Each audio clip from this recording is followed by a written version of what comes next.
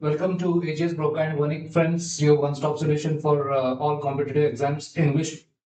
Welcome to all competitive exams aspirants. Today we are going to discuss a few things, rather a few couple of new concepts. Let's put it that way. आपण जी आपली word power made easy this series is progressing and it is on the path of completion, but it will still take a few videos more. अजून काही एक 10 session मला वाटतं कदाचित होती त्याच्यात पण yes so it gives me immense satisfaction immense joy to bring this series to you and to have done so for the past more than 6 months or something, right? So आज आपण हे जे वर्ड्स बघणार आहोत so याच्यामध्ये एक आणखी एक थोडी नवीन कन्सेप्ट आज आपल्याला शिकायला मिळणार आहे. First of all, we are going to solve a few questions and then we will learn that new concept. Eponymous ज्याला आपण म्हणतो, right? So, once again, सगळ्यांचं खूप खूप स्वागत आहे. Right? So, okay. इथे एक काम करूया, teaser questions for the amateur etymologist. Right, so let's take it this way. All right. So teaser questions for the amateur etymologist. If a patronymic, so patronymic हा वर्ड आपण जेव्हा शिकलो तेव्हा आपण असं म्हटलं की patronymic म्हणजे काय? A name derived from the name of one's father. Nim means name. हे जे निम आहे that is name. IC म्हणजे adjectiveचं suffix आहे आणि patro. So patro it is about father. So name derived from the name of one's father. Can you figure out the word for a name derived from one's mother's name? म्हणजे जसं इंग्लिशमध्ये एक Johnson, right? There is this last name Johnson in English. So it is derived from that name John. So name derived from father's name. So something of that sort. तो अशा प्रकारचं एक mother's name पासून तयार झालेलं पण इंग्लिशमध्ये word आहे, त्याच्यासाठी मॅट्रॉनिमिक. Matronymic is the word, or metronymic.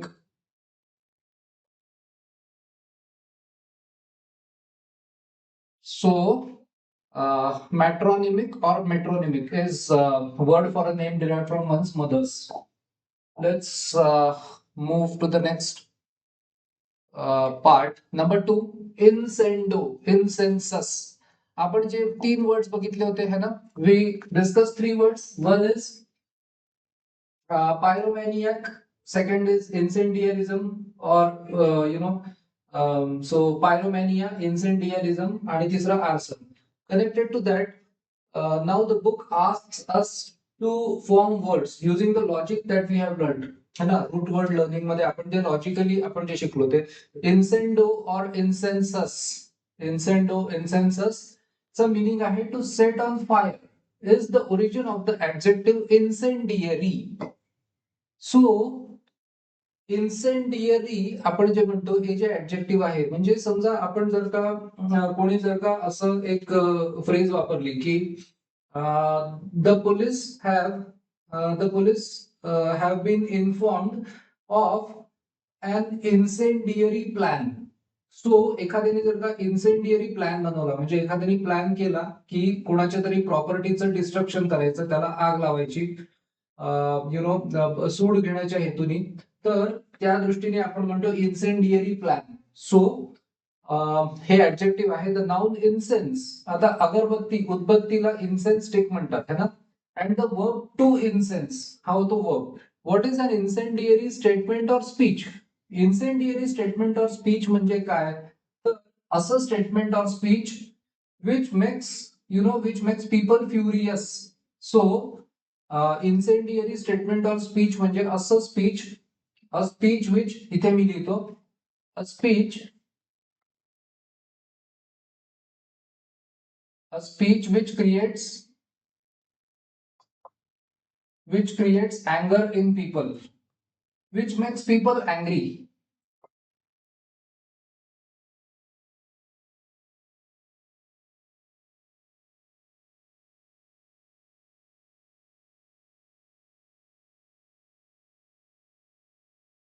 Okay, so हे आहे incendiary statement which makes people angry किंवा which infuriates people, right? Which uh, causes outrage, है ना? So या शब्दांचे meaning आहे incendiary statement.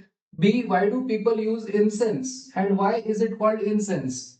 So incense लोक का यूज करतात? सो आपल्याला माहिती आहे स्पिरिच्युअल प्रॅक्टिसेस मध्ये किंवा रिलिजियस प्रॅक्टिसेस मध्ये people use incense. So spiritual or religious practices मध्ये to create that feeling of devotion, to make one feel good, to make one feel serene, prasanna वाटण्यासाठी people use incense. Why is it called incense? Because it burns, है ना? ती जळते ना, अगरबत्ती उदबत्ती जळते, म्हणून it is called incense. Number C, if someone incenses you, कोणी जर का तुम्हाला इन्सेन्स केलं, और if you feel incensed, how does the meaning of the word derive from the root? So when you feel incensed, you feel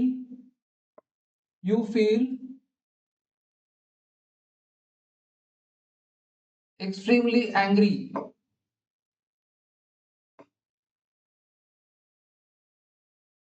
You feel extremely angry. You feel outrageous, right? That is the meaning. Number three, ardo, arsus. So we have ardo and arsus. To burn is the source of ardent and ardor. So ardent and ardor. Explain these two words in terms of the root. Okay, बघूया आपण. आपण म्हणतो की आर्डंट. So एखादा व्यक्ती जेव्हा ardent असतो, ardent is an adjective. Okay, ardent काय ऍडजेक्टिव्ह आहे. सो आर्डंट इज, लेट्स से,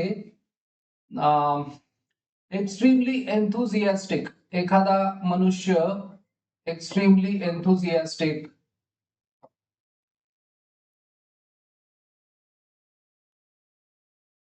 किंवा पॅशनेट, है ना, जेव्हा असतो तेव्हा त्याला आर्डंट म्हणतात, किंवा एक्स्ट्रीमली पॅशनेट असतो एखाद्या गोष्टीबद्दल. So that is called ardent. आपण म्हणतो ना, he is ardent fan of some person. So एखाद्या व्यक्तीचा तो आर्डंट फॅन आहे. So the person is very enthusiastic, passionate about that other person, right? आणि ardour is a state or condition. So ardour is abstract noun म्हणू शकतो आपण. State or condition.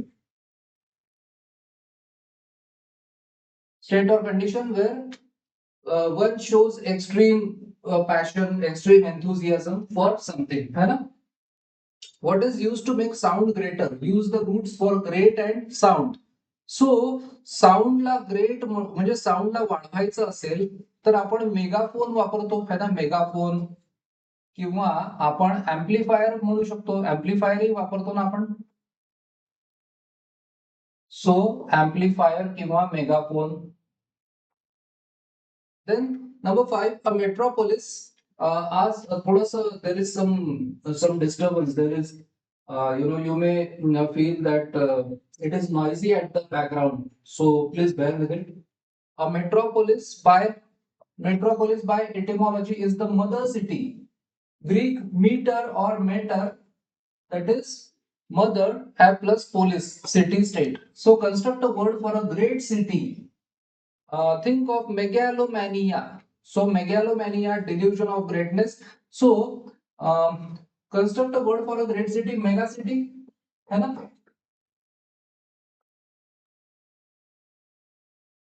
Mega city is the word. Number six, polis, Polis, city, state is the origin of the word for the uniformed group guarding the city or state. So संरक्षण करणारे जे uniform मधले लोक असतात, uniform मधले त्यांचा group, that is police. The English word is POLIS, इथे POLICE, as simple as that, POLICE. Can you think of the word from the same root for the art of governing the city or state? That is politics. Politics. Politics. Okay, let's look at next number 7. What is a bibliocleptomaniac?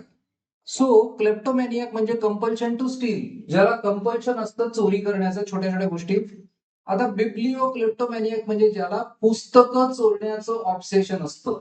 So bibliokleptomaniac is obsessed with one who is maniac म्हणजे person बद्दल म्हटलंय. मॅनिया म्हणजे आजार, मॅनियॅक म्हणजे person, म्हणून one who is obsessed with stealing books.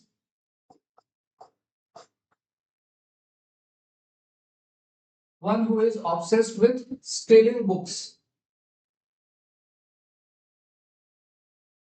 Coin a word for one who has an irresistible compulsion to steal women. So this is gynocleptomania. To steal children. So we have to use the Greek, not the Latin root for child. So it is pedokleptomania.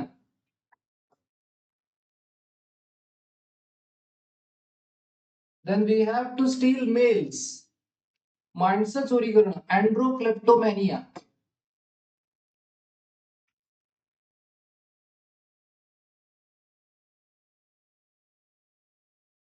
To steal people, demokleptomania.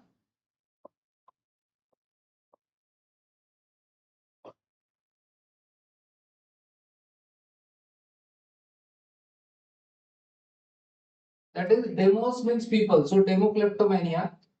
What word can you coin for someone who has an obsession to reach the highest places?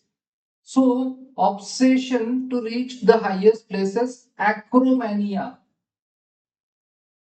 Height means acro. So acromania, that is obsession. To be in the marketplace or in wide open spaces, agoramania. Agoramania. Then we have to be in confined places, claustromania.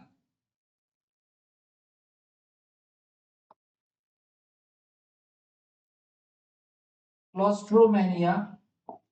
Next we have number 5. So sorry, question number 9. Coin a word for one who has a morbid dread of thieves. Dread म्हणजे भीती. Dread means fear. आणि ते morbid है ना, खूप अस्वस्थ करणारं, खूप ग्रासून टाकणारं असं fear असतं ते. Morbid dread of thieves, kleptophobia. Kleptophobia or kleptophobia. Kleptophobia. Of fire, pyrophobia.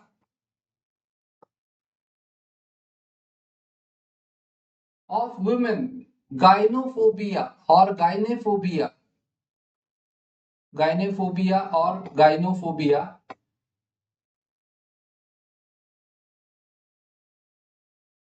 Gyno, GYNO किंवा GYNE. Gyno किंवा gynephobia. नंतर of males, androphobia.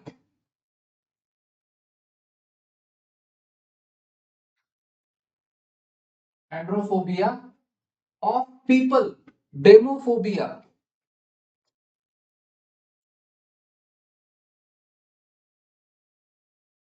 Demophobia. Number 10. Guess at the meaning, thinking of the roots you have learned of ग्नॉसियोलॉजी है ना. आपण काय म्हटलं होतं, ग्नॉस्टॉस किंवा ग्नॉसिस, इट इज अबाउट नोईंग किंवा नॉलेज. सो ग्नॉसियोलॉजी इज सायन्स और स्टडी ऑफ लर्निंग. सायन्स और study of knowledge. Study of knowledge याला एपिस्टर्मोलॉजी पण म्हणतात ना. एपिस्टेमोलॉजी म्हणजे जवळचा शब्द आहे. ग्नॉसियोलॉजीच्या जवळ जाणारा शब्द epistemology.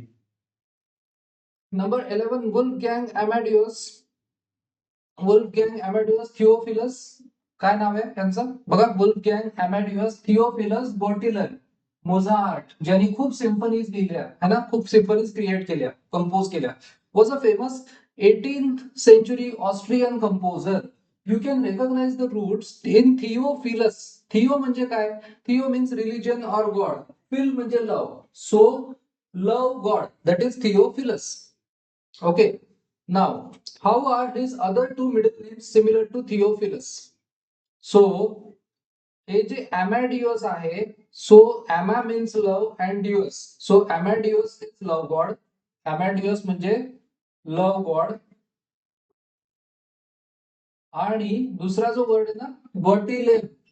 So lieb means love and गोटीये, so it is again God. So again दोन्ही शब्दांचं मिनिंग आहे लव गॉड. हॅमॅडियस आणि गोटीलेब दोन्ही शब्दांचं मिनिंग लव गॉड आहे. Theophilus is also one who has got love God. So Theophilus.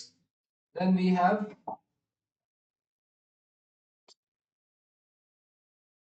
number 12, thinking of the root phanon. Define cellophane.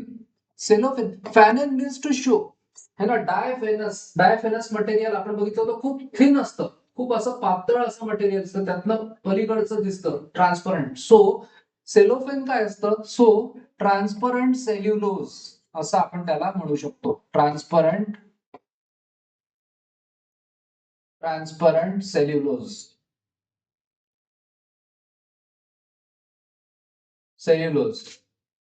Okay, then we have number 13, recognizing the root hypos. Can you define hypoglycemia? Here the word glyce means related to sugar. So hypoglycemia is under, means low blood sugar. साखर कमी होणं. Construct a word that is opposite of hypoglycemia. Hyperglycemia. वाढणं.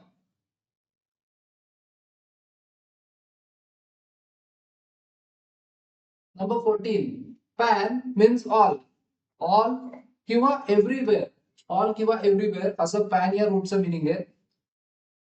Occurs in pantheon, pandemonium and panorama. Can you figure out the meanings?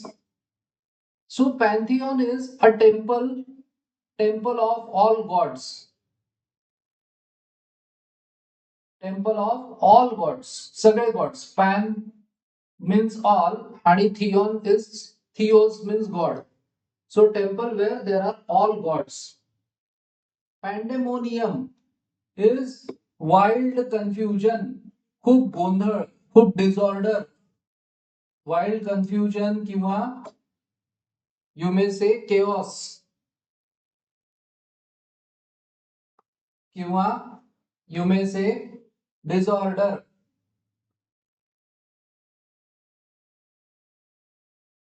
So actually pandemonium John मिल्टनच्या एका book मध्ये त्यांनी हे पॅन्डेमोनियमचा use केला होता की भयंकर गोंधळ झाला सगळा, अफरातफरी अशा अर्थी pandemonium. Wild confusion, chaos, disorder. Panorama is wild unobstructed.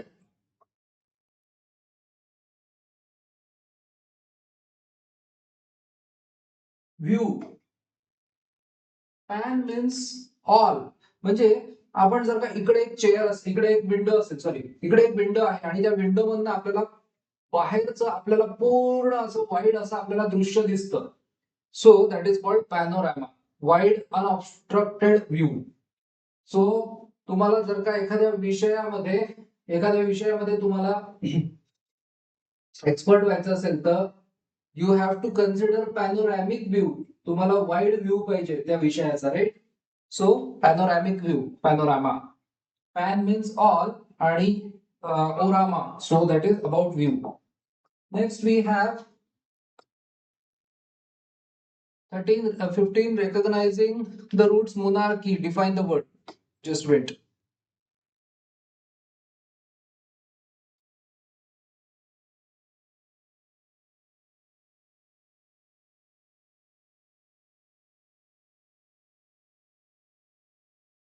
Okay. Recognizing the roots in monarchy, define the word. So, monarch, mono and arch. So monarch is ruled by one person or king. Mono and arch ruled by one person, that is king. That is monarchy. So monarchy एखाद्या राजाचं राज्य असणं, that is one person, mono arch.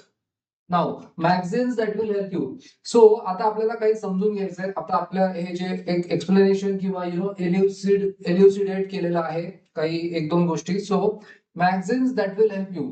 बघा कसं होतं, आपण आता जे खूप वर्ड शिकतोय पण आपण हे जर का अप्लायच नसेल करत तर ह्या वर्ड शिकण्याचा काही फायदा नाहीये. So Norman says that we should read something wherein we will realize that actually our vocabulary is improving, because whatever words we have learned, these words we will come across in those magazines. किंवा अशा प्रकारचे. When a pregnant woman takes calcium pills, जेव्हा एखादी pregnant असलेली जर का स्त्री कॅल्शियमच्या गोळ्या घेते तेव्हा काय होतं, शी मस्ट मेक शुअर, तेव्हा तिने विटॅमिन डी पण घ्यायला पाहिजे. मस्त आहे. का बरं? विटॅमिन डी ने काय होतं, it makes the absorption of the calcium possible. जे कॅल्शियम घेतलं जात आहे ते ऍब्झॉर्ब पण व्हायला पाहिजे ना, म्हणून विटॅमिन डी. सो ही एक मेटाफोर वापरली आहे. So in building your vocabulary by learning great quantities of new words. तुम्ही वर्ड्स तर खूप शिकताय पण you too must take a certain vitamin. तुम्हालाही एक सर्टन विटॅमिन घ्यावं लागेल. मेटाफोरिकली स्पीकिंग म्हणजे एक रूपक वापरायचं झालं तर तुम्हाला ऍब्झॉर्ब करता आली पाहिजे व्होकॅब्युलरी, अंडरस्टँड करता आली पाहिजे, and remember these words. This vitamin is reading. तुम्हाला एक आणखीन विटॅमिन घ्यायचंय which is called reading. For means इथे बिकॉज, या फॉरचा अर्थ बिकॉज आहे. आणि दुसरं फॉर असतं, I have brought something for you, तुझ्यासाठी, तो अर्थ वेगळा. Now next we have so 8 books and magazines that you will find the words that we have been discussing in these pages. So आपण जे आतापर्यंत वर्ड शिकलो ते आपल्याला काही बुक्स मध्ये मॅगझिन्स मध्ये वाचायला मिळतील. To learn new words without seeing. आपण नवीन शब्द शिकत राहिलो पण आपण ते जर का बघितलेच नाही, आपण त्यांचं ऍप्लिकेशनच नाही पाहिलं in context of your reading, मग काय होईल, ते फक्त अर्धवटच झालं, ते only half the job. And to run the risk of gradually forgetting. फक्त शब्द शिकले पण ते वाचनात आलेच नाहीत तर तुम्ही विसरून जाल. So forgetting the additions to your vocabulary. To combine your vocabulary building with increased reading, वाचन must is to make assurance doubly sure. म्हणजे तुम्हाला एक डबल ऍश्युरन्स मिळतं की हे शब्द तुम्हाला लक्षात पण राहतील, अप्लाय पण करता येतील. You are now so alert. तुम्ही आता अलर्ट झाले आहात. आपण जे खूप वर्ड्स आपण शिकतोय ना त्याच्यामुळे author says you are now alert to the words and roots we have discussed, that you will find that most of your reading will be full of the new words you have learned. तुम्ही जे शब्द शिकताय ना मागच्या अनेक session मध्ये 31-32 session पासून, and every time you do see one of the words used in context in a book or magazine, काय होईल, you will understand it more fully. जास्त क्लॅरिटीने तुम्हाला समजेल and will be taking long steps toward using it your self. तुम्ही ते शब्द वापरायला लागाल तुमच्या कॉन्व्हर्सेशन्स मध्ये, राईट. आणि जसं की आपण बघितलं होतं, as I have always been saying that you know the first impression that you are going to create is going to be the long lasting impression. It will tell your listener a lot about you, right? So you don't get second chance to create first impression. That is the tagline, that is the bottom line, or that is the truth. So then we have next number 9. Among magazines I would like particularly to recommend the following which will act both to keep you mentally alert. So he says काही magazines तुम्ही जर prefer करा, वाचणं prefer करा. हे magazines तुम्हाला mentally alert ठेवतील and to set the new words you are learning. Harper's Magazine, Atlantic Monthly, Atlantic, the New Yorker, त्यानंतर Time, Newsweek, Esquire, Psychology Today. बरेचसे वर्ड याच्यात सायकोलॉजीशी संबंधित आहे या पूर्ण पुस्तकात आहे ना. So next we have its number 10 Saturday Review 9 MS. Okay. Mother Jones, Science, National Geographic, Smithsonian, Human Nature, Scientific American, Natural History. These periodicals म्हटलं याला, so they are published with some intervals. They are published in certain periods. काही weekly असतात, काही monthly असतात. So they are aimed at the alert, verbally sophisticated. असा व्यक्ती जो alert होईल, verbally sophisticated होईल, एज्युकेटेड रीडर, असे लोक घडवण्यासाठी हे मॅगझिन्स कामात येतात. You will see in them without fail, तुम्हाला नक्कीच असं लक्षात येईल, most of the words you have been studying in this book. आतापर्यंत आपण जे वर्ड शिकलो त्यातले बरेचसे, बहुतेक सगळे शब्द. Then he says not to mention hosts of other valuable words you will want to add to your vocabulary. तो म्हणतो हे सांगायची गरजच नाही आहे वेगळं की खूप सारे असे व्हॅल्युएबल वर्ड्स तुम्हाला ऍड करण्याची इच्छा आहे तुमच्या व्होकॅब्युलरी मध्ये, many of which you will be able to figure out once you recognize their etymological structure. एकदा का एटिमोलॉजिकल स्ट्रक्चर कळलं की तुम्हाला खूप वर्ड्स ऍड करता येतील. For some of these esoteric. Esoteric म्हणजे काय माहितीये? इझोटेरिक म्हणजे एक वर्ड आहे इझोटेरिक फोबिया. फोबिया म्हणजे आपण म्हटलं मॉर्बिड फिअर, है ना, खूप ग्रासून टाकणारी भीती. इझोटेरिक म्हणजे जे फक्त खूप नॉलेज असलेल्या लोकांना माहिती असतं, जे खूप रेअरली माहिती असतं लोकांना, याला वर्ड आहे रिकंडाईट. इझोटेरिक मीन्स रिकंडाईट. सो अशी काही फोबियाची एक मागे लिस्ट दिली आहे, ती आपण बघूया नंतर.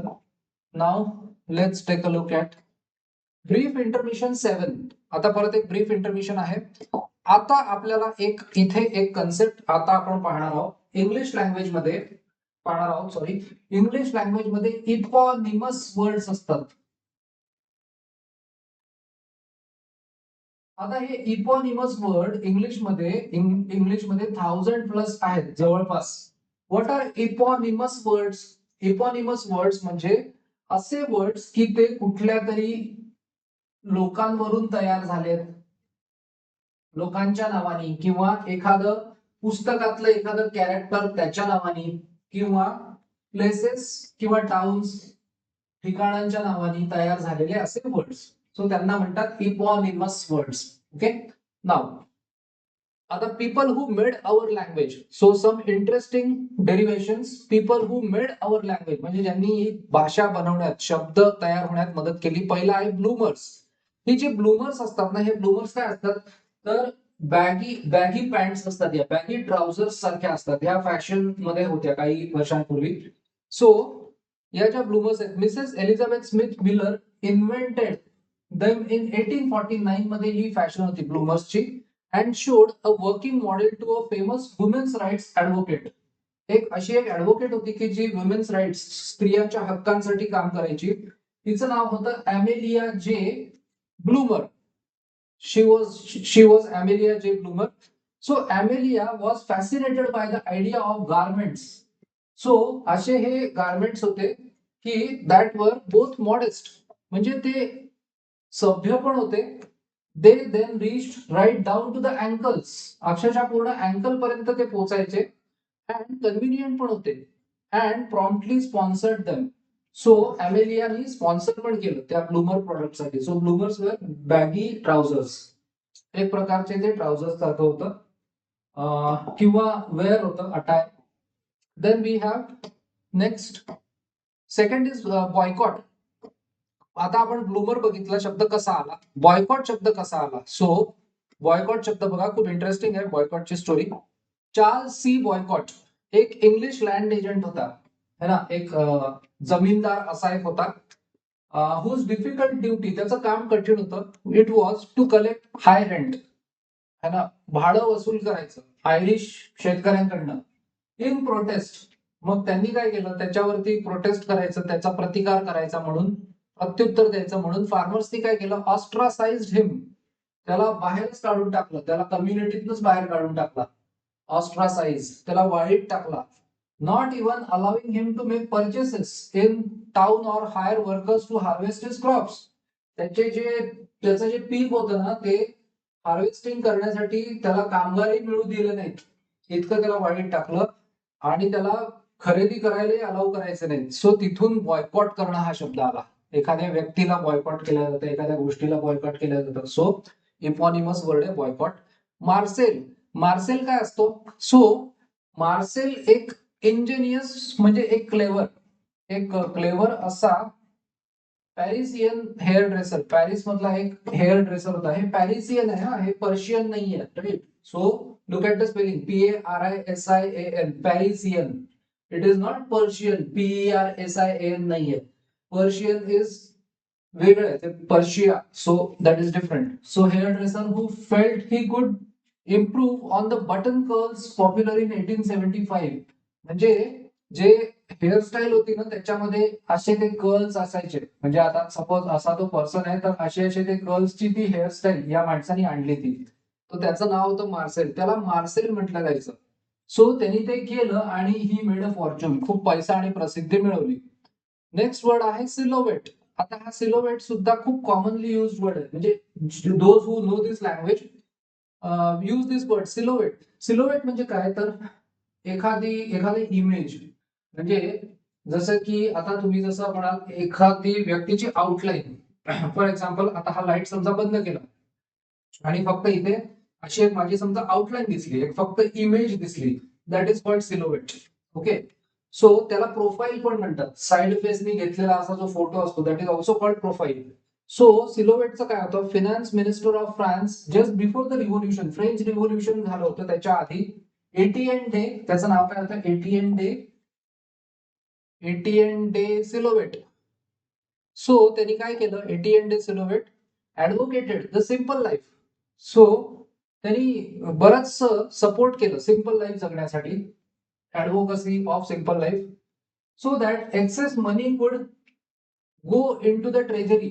म्हणजे जास्तीचा पैसा सरकारी तिजोरीत जाईल. सिम्पल राहा. So instead of into luxurious living. And the profile is the simplest form of portraiture. Profile म्हणजे तुम्ही लो प्रोफाईल जगा, आणि दुसरं प्रोफाईलचा meaning, profile is the simplest form of portraiture. जे पोर्ट्रेट काढण्याची जी कला असते त्यामध्ये प्रोफाइलिंग करतात. सो एक आउटलाईन अशी तयार करतात. So if you get the connection, so त्याच्यावरून सिलोवेट म्हणजे image, outline, profile. Derrick, 17th century English hangman, लोकांना फाशी देण्याचं काम करायचा तो. 17th century English hangman Derrick by name hoisted to their death some of the most notorious, अतिशय कुख्यात गुन्हेगारांना त्या काळच्या त्यांनी फासावर चढवलं होतं. सो दॅट इज, तिथून वर्ड हा डेरिक आला, राईट? सॅडिस्ट, आपण म्हणतो एखादा व्यक्ती सॅडिस्ट आहे. सो हा शब्द आला कसा, because count de Sade an 18th century Frenchman, एक फ्रान्स मधला एक माणूस होता, count de Sade, found his greatest delight, त्याला खूप आनंद मिळायचा, त्याला खूप विकृत आनंद मिळायचा. कशात ना, टॉर्चरिंग फ्रेंड्स अँड मिस्ट्रेसेस. म्हणजे त्याला लोकांना टॉर्चर करायचं आणि त्यातनं खूप विकृत त्याला आनंद मिळायचा. त्याच्यामध्ये मिस्ट्रेसेसला पण तो टॉर्चर करायचा, की अशा स्त्रिया ज्या कुठल्या तरी एका रिलेशनशिप मध्ये होत्या पण त्या कायदेशीर लग्न केलेलं नव्हत्या, त्यांचं लग्न झालेलं नव्हतं. सो अशा इलिसिट रिलेशनशिप मध्ये ज्या बायका होत्या त्यांना तो टॉर्चर करायचा, त्यातनं त्याला आनंद मिळायचा. तिथून हा वर्ड आला sadist. The term sadist was derived from his name. His works shocked his nation. लोकांना जेव्हा कळलं ना तेव्हा धक्का बसला फ्रान्सला. His nation and the world by the alarming frankness. त्यांनी अतिशय थंडपणे, अगदी फ्रँकली त्यांनी, he described his morbid and blood thirsty cruelty. त्यांनी त्याची जी प्रचंड विकृत अशी जी क्रुएल्टी होती ती त्यांनी फार अगदी थंडपणे जेव्हा डिस्क्राईब केली तेव्हा फ्रान्सला मोठा धक्का बसला होता. Then we have next word which is galvanism. हा एक खूप कॉमन वर्ड आहे इंग्लिश लँग्वेज मध्ये, आता वापरण्यात येतो असा.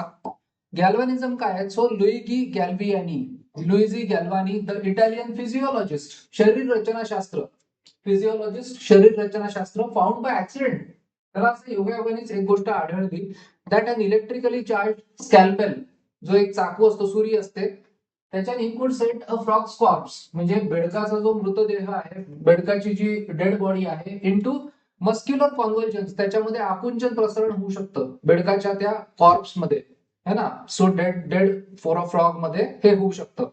Experimenting further, he eventually discovered the principles of chemically produced electricity. त्यांनी नंतर शोध लावला इलेक्ट्रिसिटीला केमिकली कसं प्रोड्यूस करता येतं. त्याच्यावरून हा गॅल्व्हॅनिझम वर्ड आलाय. आता फिगरेटिव्हली हा वर्ड वापरतात म्हणजे रूपकात्मक रित्या. His name is responsible not only for the technical expression गॅल्व्हॅनिझम.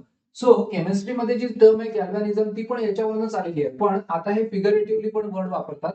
गॅल्व्हनाइज iron, galvanise galvanometer, but also for that highly graphic phrase. एक असा एक हायली ग्राफिक एक वाक्प्रचार आहे, गॅल्व्हनाइज्ड into action.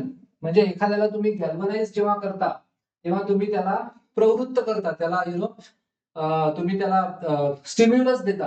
You give the person stimulus. You literally trigger the person into doing something, right? That is galvanised into action. त्यानंतर गप्पीज, मराठीमध्ये गप्पी मासे है ना, मराठीमध्ये जो शब्द आहे ना गप्पी मासे तो कुठून आला? सो गप्पीज 1868 मध्ये R J Lechmere Guppy, president of the scientific association of Trinidad मधलं सायंटिफिक असोसिएशन, त्यांनी त्याचा जो प्रेसिडेंट होता Guppy, he send some specimens of a tiny tropical fish. छोटीशी एक फिशची एक जात होती. सो त्या फिशेस त्यांनी पाठवल्या ब्रिटिश म्युझियमला. आणि ever since fish of this species have been called guppies, है ना? Then we have nicotine. So nicotine, tobacco किंवा निकोटीन तंबाखू. सो 400 हा शब्द या व्यक्तीवरून आलाय. 400 years ago, John Nicot, a French ambassador, bought some tobacco seeds. त्यांनी तंबाखूच्या काही बिया एका फ्लेमिश ट्रेडर, एका व्यापाऱ्याकडनं घेतल्या. Nicot's successful efforts to popularise the plant in Europe. त्या झाडाला प्रसिद्धी मिळावी म्हणून त्यांनी प्रयत्न केले आणि मग त्याच्यावरतून त्याला तो प्रसिद्ध झाला. ब्रॉट हिम लिंग्विस्टिक इमॉर्टॅलिटी. अक्षरशः तो इमॉर्टल झाला, अमरत्व त्याला मिळालं. लिंग्विस्टिक इमॉर्टॅलिटी. कारण की निकोटीन आज आपण बघतो सगळीकडे लोक खात असतात, राईट? सो किंवा स्मोक करत असतात. नंतर आता हे झाले व्यक्तींवरनं आलेले शब्द, इपॉनिमस शब्द, eponymous words which we have got through people. Now there are eponymous words that we have got through names of places. Bayonne, France, where first was manufactured the dagger like weapon. चाकू सारखं, सुरी सारखं जे एक अशी एक weapon असतं that fits over the muzzle end of a rifle. रायफलचा जो पलीकडचा एंड असतो, म्हणजे आपण इथून आपण एम घेतो, सो पुढचा जो जिथे ओपनिंग असतं दॅट इज मझल. सो तिथे जे एक चाकू सारखं जे असतं, सुरी सारखं, त्याला बेयोनेट म्हणतात. आणि ही जागा आहे Bayonne, France, right? Bayonne France नावाची, फ्रान्समध्ये बेयोन नावाची एक प्लेस आहे. त्यानंतर we have next which is 17 cantaloupe, Italy. Cantalupo Italy, खरबूज सारखं ते कॅन्टलूप असतं. The first place in Europe to grow this luscious melons. कलिंगड खरबूज सारखं असतं ते. We now call cantaloupes. हे कॅन्टलूपो या जागेवरनं या कॅन्टलूप्सचं नाव पडलं. Calicut India. So Calicut India, जुन्या काळी कॅलिकट म्हणजे ते Kozhikode. So Calicut India, the city from which we first imported a kind of cotton cloth now known as calico. त्या कॅलिकोला नाव मिळालं कॅलिकट वरनं, right? Which is Kozhikode. Tuxedo park, New York. Tuxedo म्हणजे काय? कोट. टक्सिडो म्हणजे कोट. एक जॅकी चॅनचा मूवी आला होता टक्सिडो. सो टक्सिडो शब्दाचं मिनिंग आहे coat. In the country club of this exclusive and wealthy community, the short, एक शॉर्ट डिनर कोट, डिनरसाठी घालायचा कोट माणसांसाठी, किंवा टक्सिडो ज्याला म्हणतात, वॉज पॉप्युलराइज्ड. तो कुठून त्याचं नाव आलं? टक्सिडो पार्क नावाचं एक ठिकाण आहे न्यूयॉर्क मधनं, तिथे, न्यूयॉर्कमध्ये तिथून. त्यानंतर we have next 18 Egypt. Egypt मधनं आपल्याला काय मिळाला शब्द? सो जिप्सी, भटके लोक. सो जिप्सीला भटके लोक म्हणतात. It was one suppose that the colourful Fortune telling wanderers. Fortune telling wanderers म्हणजे जे भटकत असायचे. वॉन्डर करणं म्हणजे भटकणं, फिरणं, भटकणं. फॉर्च्यून टेलिंग भविष्य सांगणारे वॉन्डरर्स ऑर जिप्सीज, त्याला जिप्सीज म्हणतात. Head from this ancient land. Egypt वरनं आपल्याला जिप्सी शब्द मिळाला. डॅमॅस्कस, सिरिया. सिरियामध्ये डॅमॅस्कस नावाचा एक प्लेस आहे. Where an elaborately, there is something here, where an elaborately patterned silk damask was first made. डमास्क नावाचा एक सिल्कचं एक पॅटर्न तिकडे बनवला जायचा, डॅमॅस्कस तिथून आपल्याला हा वर्ड मिळाला. झुटिंग चायना या ठिकाणाहून आपल्याला कोणता वर्ड मिळाला? Once a great sea port, एक पोर्ट होतं ते in Fukien province. Marco Polo called it Zaitun. Tsutung वरून झेटून आलं.